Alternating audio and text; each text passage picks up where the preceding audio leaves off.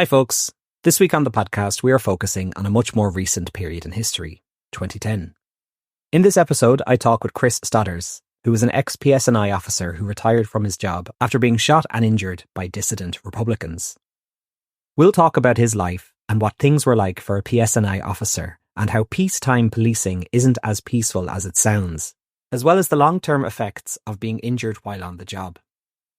The wounds heal, but the psychological ones can be significantly more damaging. So let's get into it then.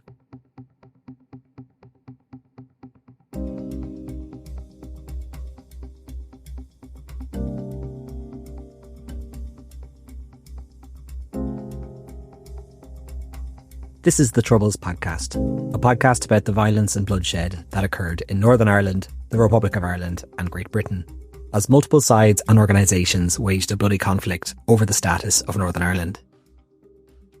Before we get into the interview, I just want to give a tiny bit of background first. The main policing unit in Northern Ireland during the Troubles was the Royal Ulster Constabulary, or RUC. They were established in 1922, and from the outset, around 1/3 of the force was reserved for members of the Catholic population, which was in line with the demographics of the time. But as the years progressed, this changed. The government of Northern Ireland was a unionist government, and there was a growing mistrust of Catholics and a reluctance to employ them in positions of power. So the Catholic population of the RUC never went higher than 20%. Then, in the 60s, just before the Troubles kicked off, this shrunk down to around 12%. Many Catholics who joined the RUC were met with harassment and intimidation. Some were even killed. Such was the case of Joe Campbell Sr., who I've done an episode on before. During the Troubles, the Nationalists perceived the RUC as the armed wing of the Unionist government, and there were many allegations of police brutality, discrimination within the force, and collusion with Loyalist paramilitaries. On the other side, British authorities recognised them for their professionalism and bravery during this time. In the year 2000, the entire RUC was awarded the George Cross for bravery. It was unusual for this to be given collectively to an entire force, with the only other instance being when the island of Malta was awarded the cross after World War II. In total, around 312 officers were killed and 10,000 more were injured during the Troubles. Peace came to Northern Ireland in the form of the Good Friday Agreement, and one of the terms of the agreement was a reform to policing. The Royal Ulster Constabulary was to be replaced with the Police Service of Northern Ireland, or PSNI. The PSNI became the official police force of Northern Ireland in the year 2001. Back then, there were only around 8% Catholics in the force. That figure now sits at around 32%. But again, it's a bit antiquated since people aren't as religious as they were before. But we'll say 32% are from a nationalist background now, which is the highest it has ever been, even when it was the RUC. This stemmed from a 50-50 policy which had existed since the launch of the PSNI and ended in 2011. The policy aimed to recruit 50% of its trainee officers from a Catholic background and 50% from a non-Catholic background, in order to address the underrepresentation of Catholics that had existed for many decades. Overall, it was successful, but many unionists saw it as discriminatory. Okay, that's a basic enough background. I will circle back to dissident paramilitaries and the PSNI, but for now, let's turn it over to Chris. My sort of backstory is I grew up on the Irish Peninsula. My mum and dad, mixed marriage, so mum was Catholic, dad was Protestant, and at 20 I joined the police, so I knew nothing about conflict, I knew nothing about the Troubles essentially. What year was that? I joined in 2003, so it was the Good Friday Agreement, well established peacetime policing in Northern Ireland, so I thought. And at 20, I joined the PSNI and was stationed in North Belfast. So within a few weeks, I was from this peaceful background or this peaceful upbringing. I ended up working in Ardoyne, North Belfast. I couldn't believe the way people lived. You know, Protestant and Catholic. You had peace walls in the middle of roads. That no no interaction. I just couldn't believe it. Yeah, the public disorder was just massive, and very quickly it was a baptism of fire. The first 6 months of duty, operational duty, I was very rarely in a green uniform, or primarily in a blue public order coverall. And what does that mean? Is that when there's rioting, you have to get into? Is that essentially riot gear or no? Yeah, so basically riot gear. So I was a beat cop, essentially. A response police officer in North Belfast, and spent most of my time in dealing with riots and public disorder. Of which there was a lot. And is this as a result of the fallout from Good Friday, or was this just in general? No, it was just in general. It just seemed to be, it was very unreported. At that time, it just seemed to be like for the first Sunday, I think I was on duty, probably two weeks into duty, and there was reports of rioting at Ardown shop fronts. I thought, what on earth? What are people rioting over? Yeah. Rangers were playing Celtic. It was recreational rioting, and it was a massive culture shock to me, to be honest. And how old were you at the time? I was 21. I was 20 when I joined the police. 21. I had my 21st birthday in Garnival in the police training college. And when did they must have just rebranded then, hadn't they? They'd be gone from the RUC. Yeah, I think I was about in around the 9th squad. So there were squads going in every 5 weeks. So I think to end 2000, December 2000, the RUC became the PSNI. I think, I need to check that actually. I was due to go in, I think, December 2002, because Christmas fallen, they put us back to January 2003. So 12th of January 2003, I went in the Garnival. I asked Chris what type of training he received to work in a post-Troubles Northern Ireland. I think it was just normal police training. It was very, very weighted on the threat. In the year prior, the Dissident Republicans they'd rolled a bomb underneath the police training college gates on a skateboard, I believe, and rolled it down the hill. I don't think it went off, but so there was a threat. There still was a very real threat at that time. There was a guy had a device placed under his car. He was quite a few squads ahead of me. Came from a Republican background, and the device placed under his car failed to go off. So there still was a threat, and it was definitely emphasized during training. And why did you decide to go for it? I'd always wanted to do it. I always wanted to be in the police. It's something I don't know. I couldn't really answer that. I always wanted to be a police officer. I didn't want to do a 9 to 5. I'd previously served my time as an electrician working for a family business. A girlfriend at the time was going to Dundee to do nursing, and I thought, stuff it, I'll go to Dundee as well. I went to Dundee University for about 3 months, came home, found out that I'd been accepted into the PSNI. In fact, when I arrived home, Mum was crying. She was quite upset. And I asked her what was wrong. And she apologised. Said, I've opened your mail. You've been accepted into the police. But she was such a worrier. She was so worried about me going into the police. But it's what I wanted to do. So I did. I guess her worries were, she had probably lived through quite a period. I'd imagine it'd be a bit intimidating.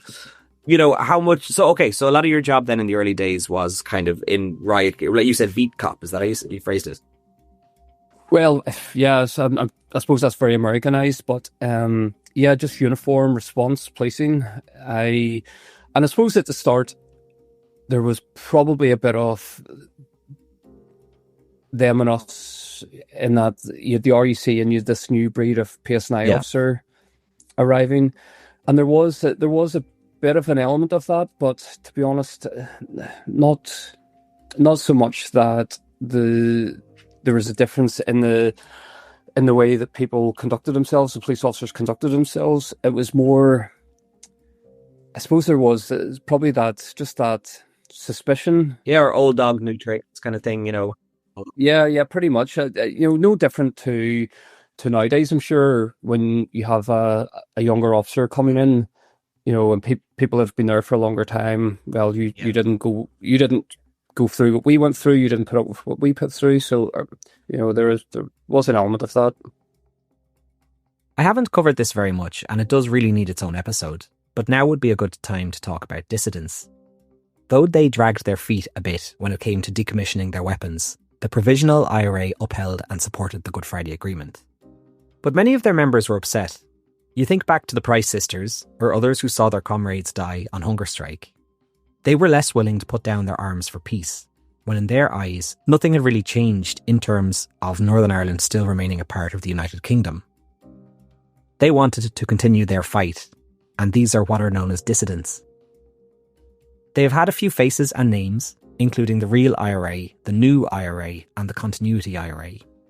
The real IRA would probably be the best known, as they were the ones behind the 1998 Omagh bombing, which killed 29 people and threatened to derail the entire peace process. The political party Sinn Féin was also somewhat sceptical of the PSNI, and were reluctant to join the policing board until certain terms and conditions were met. They eventually joined the board in 2008, not 2006, as Chris will say later in the interview, but there was a lingering mistrust of the PSNI in some nationalist communities.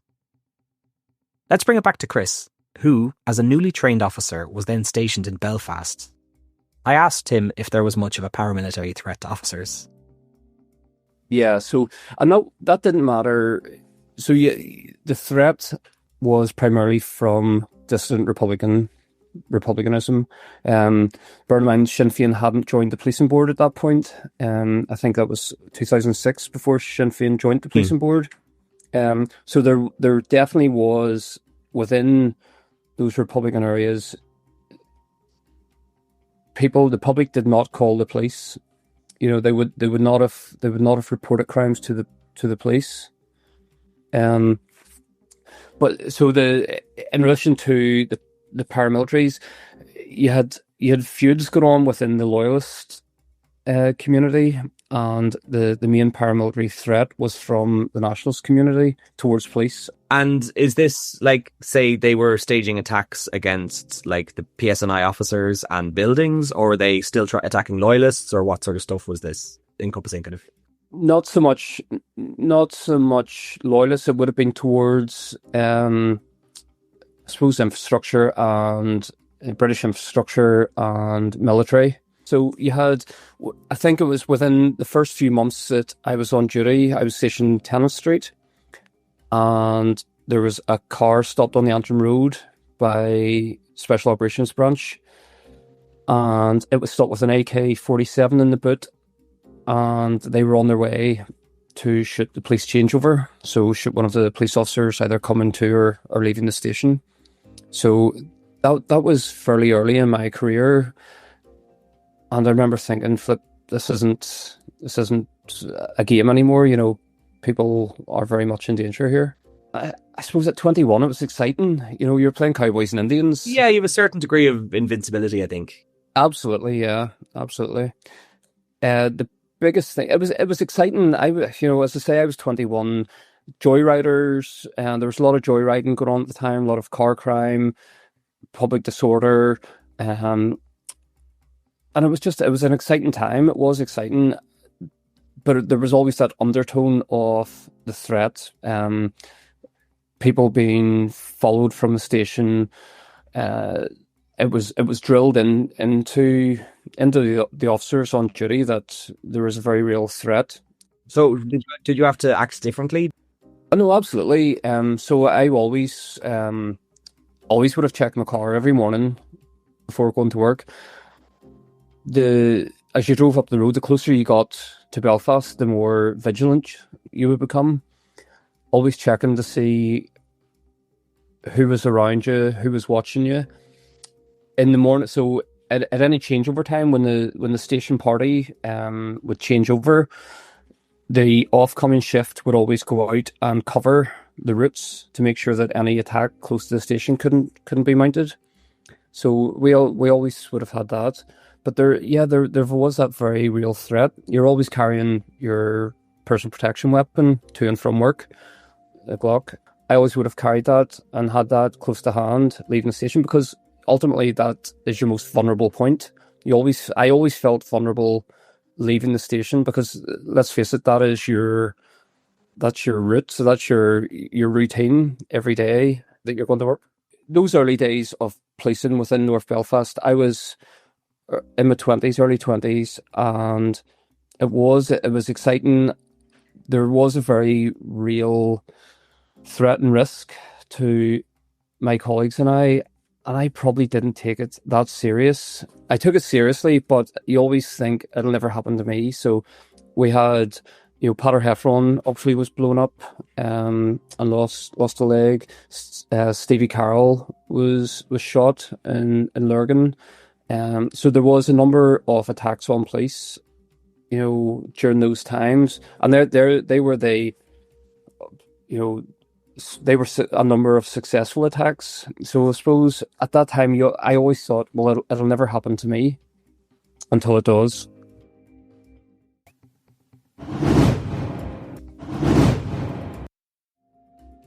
This brings us to the day of Chris's shooting. So that was 2010, 11th of July 2010, I started duty, and we were covering, I suppose, the bonfires, the public disorder, any of the interfaces from the 11th night into the 12th, which obviously the parades on the 12th of July. There had been a few skirmishes in North Belfast. The main riot at that time was over in Broadway in West Belfast. So most of the public order units in Belfast were deployed there. Water cannons were deployed there. So we were basically the public order unit for North Belfast. Just come in, the New Lodge Road was starting to kick off. North Queen Street, New Lodge was starting to kick off, and ourselves and another crew from the unit went down to have a look at it. And very quickly it escalated. It turned into a riot. We became the focus of the attention of the rioters. And now these rioters are what, young, I guess, I know I keep saying Protestant and Catholic, but at this day and age it's probably not relevant as much, but young people just pissed off. Young nationalists, young Catholic nationalists. The topography of the road, you basically have North Queen Street, which if you follow that on down, it takes you into the Loyalist Tigers Bay. So it was always a flashpoint, and we put ourselves between that flashpoint and the nationalist rioters at the time, and in turn we then became the subject of the target of the rioters. And what are we talking here? Is there like 100 of you or 50 of you, or what's the quantities? Initially there was 8 of us. So 8 of us, but there wasn't that many rioters, maybe 50 to 100 rioters initially, I think. So we managed to get out. There was a bit of poor command and poor management at that time by the guy who was in charge of the unit. But I'll not get into that. So we got out, tried to stop some of the crowd making their way down to the Tigers Bay area. It very quickly turned into hand-to-hand fighting. And I'll never forget that night. Actually, there was a guy, well, not forget that night for a number of reasons, but there was a guy who, once we got a shield line in, I will never forget, he threw a breeze block at my shield line and grabbed my shield and said to me, what about Stevie Carroll? What about the widow Carroll? And I remember thinking... Stevie Carroll is a PSNI officer who was killed, is that correct? He was a PSNI officer who was shot dead, in Lurgan. But I remember at the time thinking, what a scumbag even to say something like that. It was... And is he masked? No, he wasn't masked at this point. So the hand-to-hand fighting, the rioting went on for a while. We were eventually supported by the rest of our unit. And it was decided by the time that this had taken place, we now had 2, I suppose, battlefronts, if you will. We had North Queen Street and one of the side roads, the junction of Spalman Street. And the inspector, he had instructed us that we would take the junction of Spalmont Street, the side road, whilst the other unit pushed the main body in their vehicles down North Queen Street. But unfortunately, they weren't aware of this plan, as in the other unit weren't aware of this plan. So as we took the junction of Spalmont Street, it exposed our flank to the main crowd. We had just taken the junction, and I heard the words "gunman, gunman," and a large bang. And I actually turned to the guy beside me and said to him, "Fuck mate, that was close," because I felt a whoosh. It felt like a blast bomb going off. It felt like that whoosh over me. And no sooner were the words out of my mouth and pain just hit me. I felt as if my arm had exploded. I felt I couldn't hold my shield up. It was my left arm, couldn't hold my shield up any longer. Felt pain in my chest, arm, side. But I still had the presence of mind to get myself into hardcover. I'd heard the call for gunman. Did you realise you were shot? No, absolutely not. Not at that time. I heard one blast. I heard the shot. I then heard the crowd cheering. And I suppose it all happened very quickly, but I remember I couldn't hold my shield any longer. My shield was not a trail. I managed to get myself in behind one of the trucks, into hard cover, and there was another inspector had been sent down to try and get a grip of the situation. And I said to him, "Boss, I think I've been hit." At that time, I didn't really know if it was a blast bomb, if I'd been shot. I had no idea. So he started ripping the blue protection pads off my blue suit, and I could feel the blood welling up inside the suit now. I could feel blood running down my chest, and sort of realised then, I had an idea then, I was badly enough hurt. So there was a car parked down North Queen Street, a police car. I ran down to it with the inspector, and the guy in it, sergeant in it, he took me up to the Mater Hospital. And there was a crash team waiting. I still didn't think I was that bad. I knew I was sore, but I didn't think I was in a real bad way. But they got me on the bed, brought me into a resus room, and started cutting my blue suit off me. One of the nurses put a line into my arm and she started squeezing the bag of fluids. And she said to me, "Stay with me, stay with me." I thought, "Flip, I'm not going anywhere." I still didn't comprehend how badly I was hurt, I suppose. Once they got my blue suit off, though, I could see that my arm was quite badly mutilated, badly hanging open. I could see it had holes in my chest. Just small shotgun pellet holes, but holes nonetheless. And I looked down at my hand, and my hands were grey, like a corpse. And I thought then that maybe I'm worse than I realised. And then I wanted to ring mum and dad. I didn't want somebody else ringing my parents. So I can't remember if it was my phone or it was somebody else's phone, but I rang the house phone and dad answered. And I said to him, "Don't be panicking, but I'm in hospital." He said, "Right, okay." This is about 3 a.m. He says, "What's wrong with you?" And I said, "Don't be panicking. I'm okay, but I've been shot." And he said, "Right, okay." And he hung up the phone. I thought, fuck, he took that well. So I handed the phone back or give the phone to somebody, and seconds later the phone rang again, and it was my dad. He had been sleeping and didn't realise, he thought he was dreaming, had rang me to make sure I was okay. And he said, "Right, we're coming now, we're coming to the hospital." I told him not to bother. Belfast was like a flipping war zone. So I told him not to bother. I would see him when I got out of surgery. They brought me in for surgery, and that was it. I more or less came around a few days later. Chris went on to explain that he was hit with a blast from a shotgun. Yeah, it was the shotgun. So I was shot. I've actually seen the footage since then, but I was shot from 4 meters away with a sawn-off shotgun. So I took 20. Most of the blast was in the side wall of my arm. sort of scarring. It's more or less took most of it there. I think 9 in my chest, 11 in my abdomen, or vice versa. And then there was, out of those ones in my abdomen, there's 3 ended up in my pancreas and spleen. So it's very, very lucky. They suspected I had internal bleeding at that time. So that's why I was rushed in for surgery. And then just piece by piece by piece, they take out all of the... I still have, I think, a 41 still in me. They only took out, so the ones at my pancreas and spleen, they actually passed through my small and large intestine and never hit anything. I've had some removed from my arm, which have given me difficulty over the years. Probably had about 11 taken out through a number of surgeries. So you went under, they performed surgery on you, and then you woke up the next day, you woke up a couple of days later?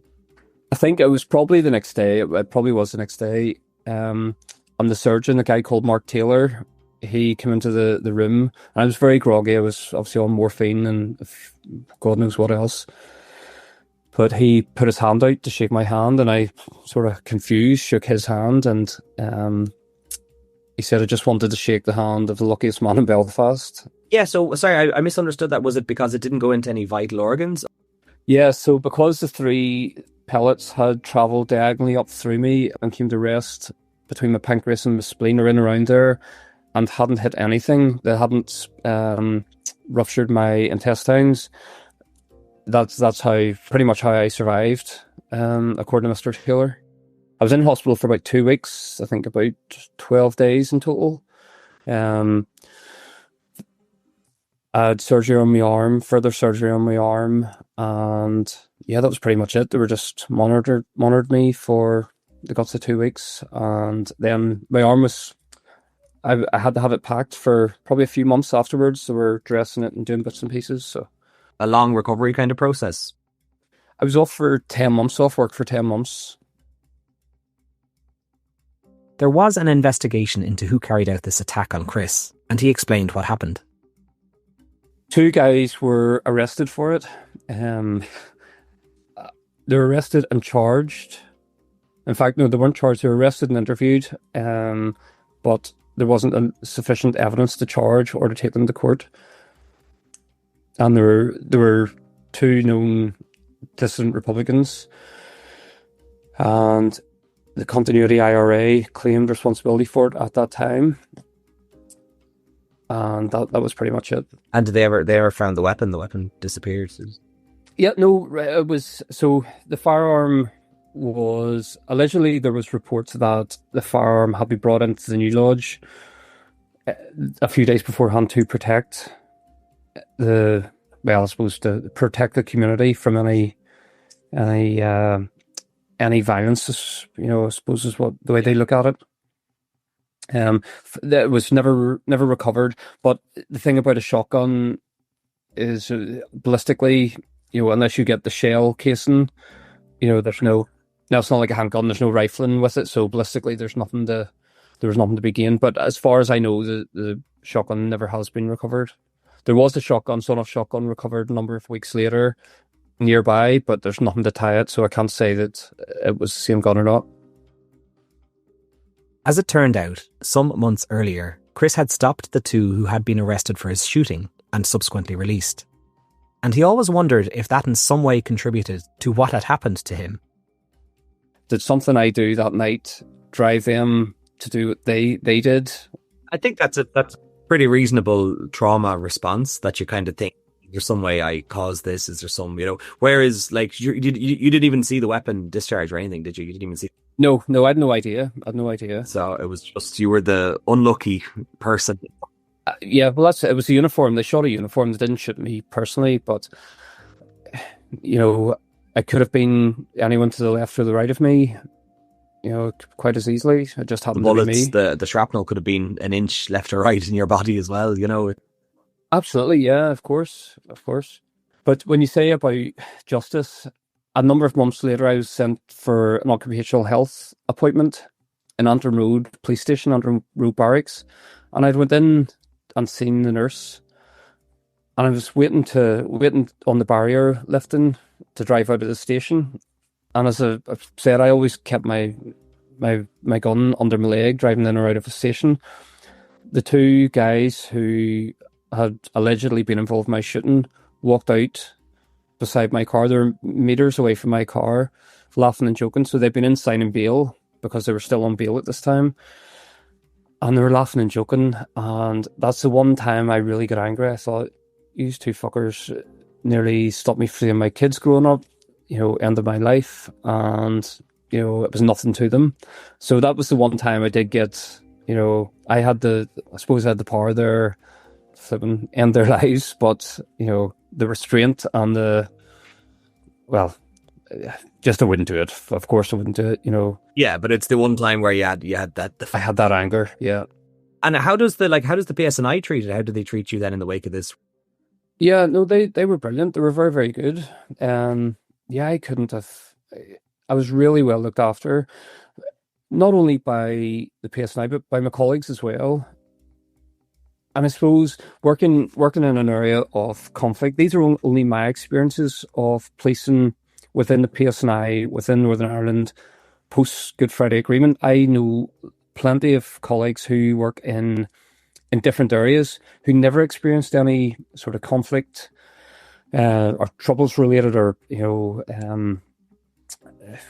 rioting or anything like that. It just happened to be working in the environment in that sort of segregated or that divided communities that I did experience it.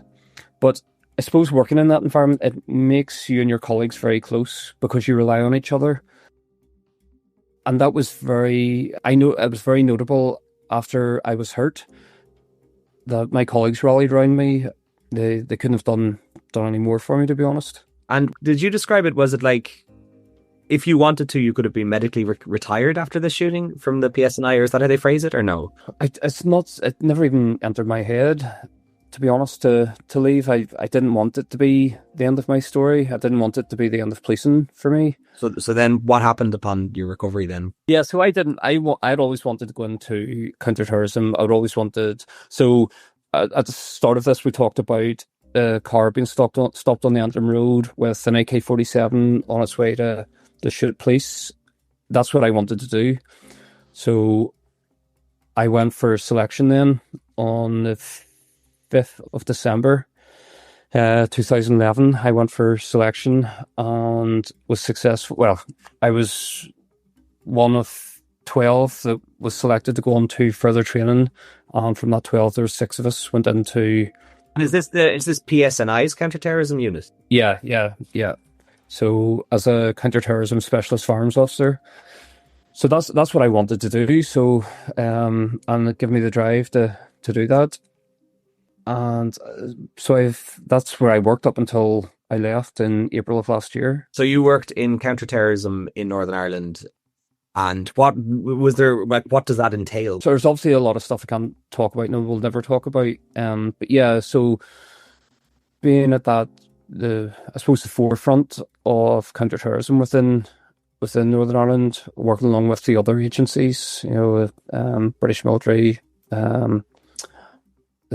Southern intelligence, British intelligence. Did anything surprise you upon working in that position? Did anything surprise you that you can say?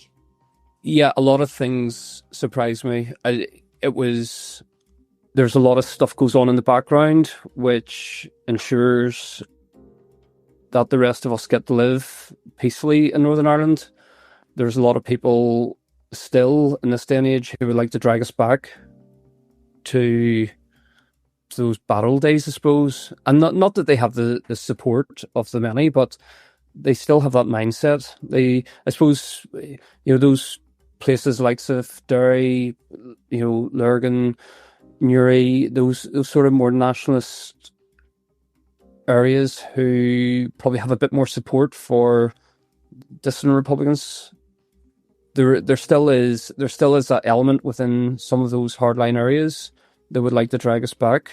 It's the work that goes on. It's the work that goes on by those other agencies that stop that gaining any traction.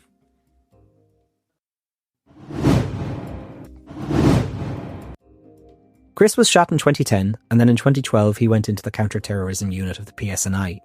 But this came to an end in 2022 when he was involved in an accident during a training mission. In March 2012, I went into the unit. Worked there from 2012, and then in 2022, end of 22, I was involved in another incident during a training operation where I fell off the side of a ship into Belfast Lock from a caving ladder. Yeah, so it was close quarter combat type drills, shipboarding. So we would have provided a response to, say, a hijacking of a ship or aircraft. So we're always would have been training in the likes of that.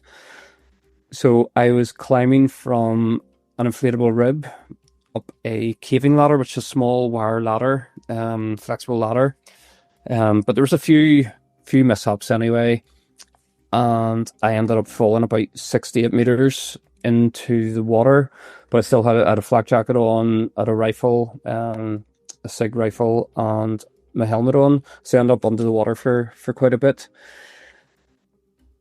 I hurt my shoulder, not severely injured, not at all. No, I hurt my shoulder quite badly. It still gives me a lot of bother, but it was more the psychological, the PTSD. So that, if you can imagine, that was probably the straw that broke the camel's back. That was, I suppose, the first time I really started to spiral out of control. I was having nightmares, but I was having nightmares about, so the Bobby Moffat shooting, for example.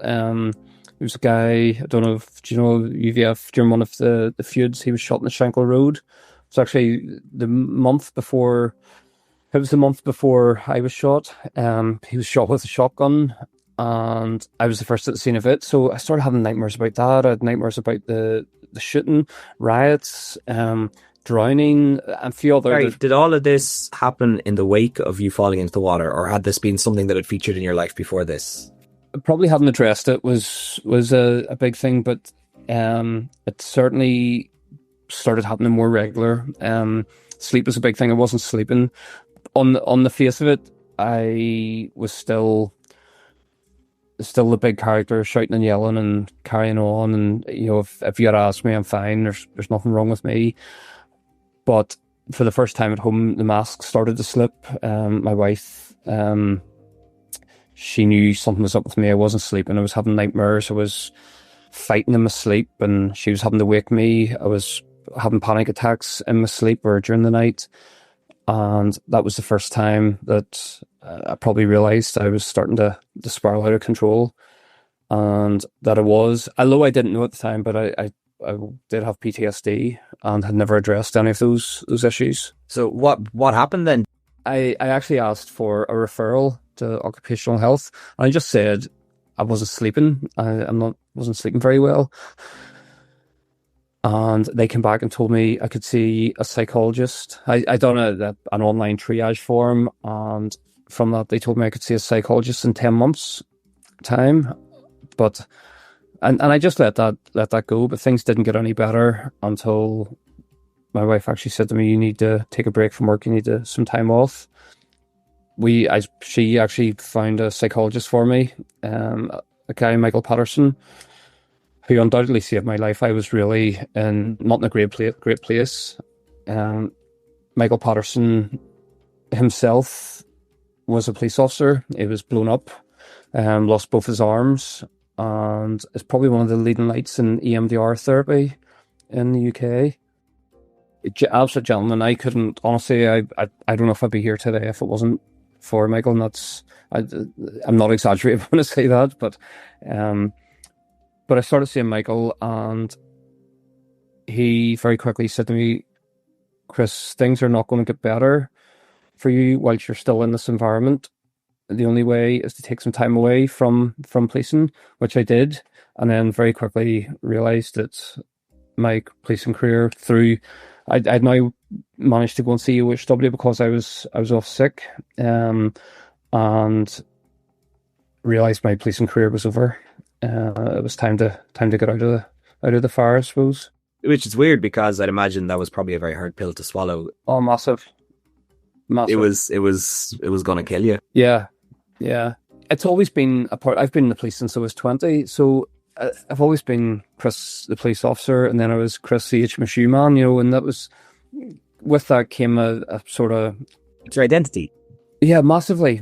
So I felt as if, and still do feel as if I've lost that identity to a certain degree. And I suppose that's why I'm much in the vein of 2010. I didn't want the shooting to be the end of me. I don't want the end of my policing career to be the end of me, and that's why I'm trying to do what I'm doing now to, I suppose, try and highlight the issues around policing within Northern Ireland, which still go on today, the lack of support around that. And also, a big thing for me is breaking down that stigma around policing in Northern Ireland, in that if you're in the south, what do you work as? I'm a guard. If you're in London, well, I'm a police officer. In Northern Ireland, as far as anyone knew, for 20 years I was an electrician. It's only now I would tell people it is very, very much a guarded secret because of that threat and risk to your life. Yeah. And that's modern day policing. That's what, years and years after the Good Friday Agreement, this is peacetime policing in Northern Ireland, but yet there's still a threat to police officers in this country. It's been a few years now since Chris retired from the PSNI, and I asked him what his life was like now and what his plans were for the future. Well, it's still that's an ongoing project. Yeah. So, well, I suppose at the minute that I'm wanting to. There's three strands to it. Essentially, I'm actually writing a book about my experiences policing within Northern Ireland.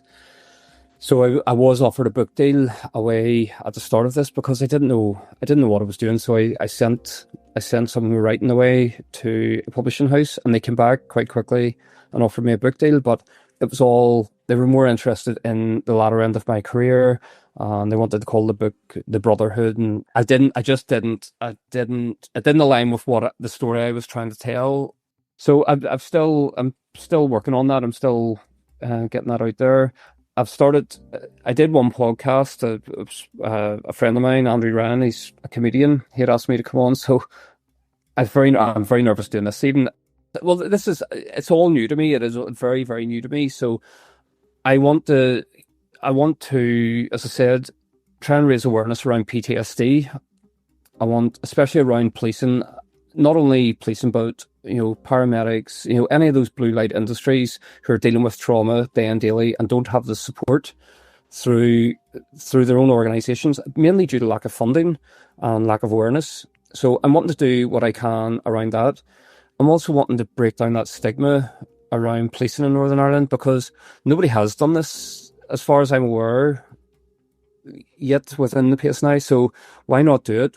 I have a 17-year-old son who's talking about wanting to join the police. And how could I honestly not do something to make that better, make that job better, to reduce the risk from those elements within society who would want to do him harm? How could I sit in my hands and not do something to try and break that down? Yeah, absolutely. And in doing that, I've actually reached out to all of the major political parties, even Sinn Féin last week there, to sort of not brief them, but just reach out and say, this is what I'm planning to do. And it scares the shit out of me doing it because nobody has done it. Well, Chris, just thank you very much for coming on to the podcast, and I wish you the best of luck with all of your future ventures. And please let me know when you get a book out. Brilliant. Thank you. Thank you very much. This brings us to the end of my conversation with Chris.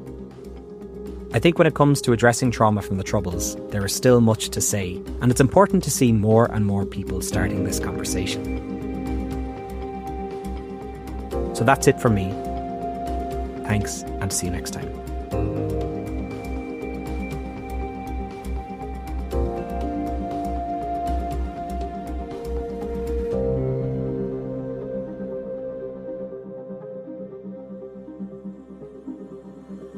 Hi folks, this is an early warning just to let you know that I'm heading to CrimeCon London in 2026 and you guys are invited. So clear your calendar for the 3rd and 4th of October 2026 because the ultimate true crime event is back. Bigger, bolder, and more gripping than ever. This will be my 3rd year attending, and it was also where I met my first ever fan of the podcast in real life. Thanks, Wilfred. I can't wait to join an incredible lineup of true crime creators, investigators, authors, and fellow true crime enthusiasts. Whether you're deep into every episode or just starting your journey into the world of true crime, this is your chance to connect, ask questions, and be a part of something truly special. Head over to crimecon.co.uk to secure your tickets. And don't forget to use my code, TROUBLES, for 10% off. Get ready for CrimeCon London 2026, partnered by True Crime Channel, your trusted home for real stories, real experts, and real investigations. See you there.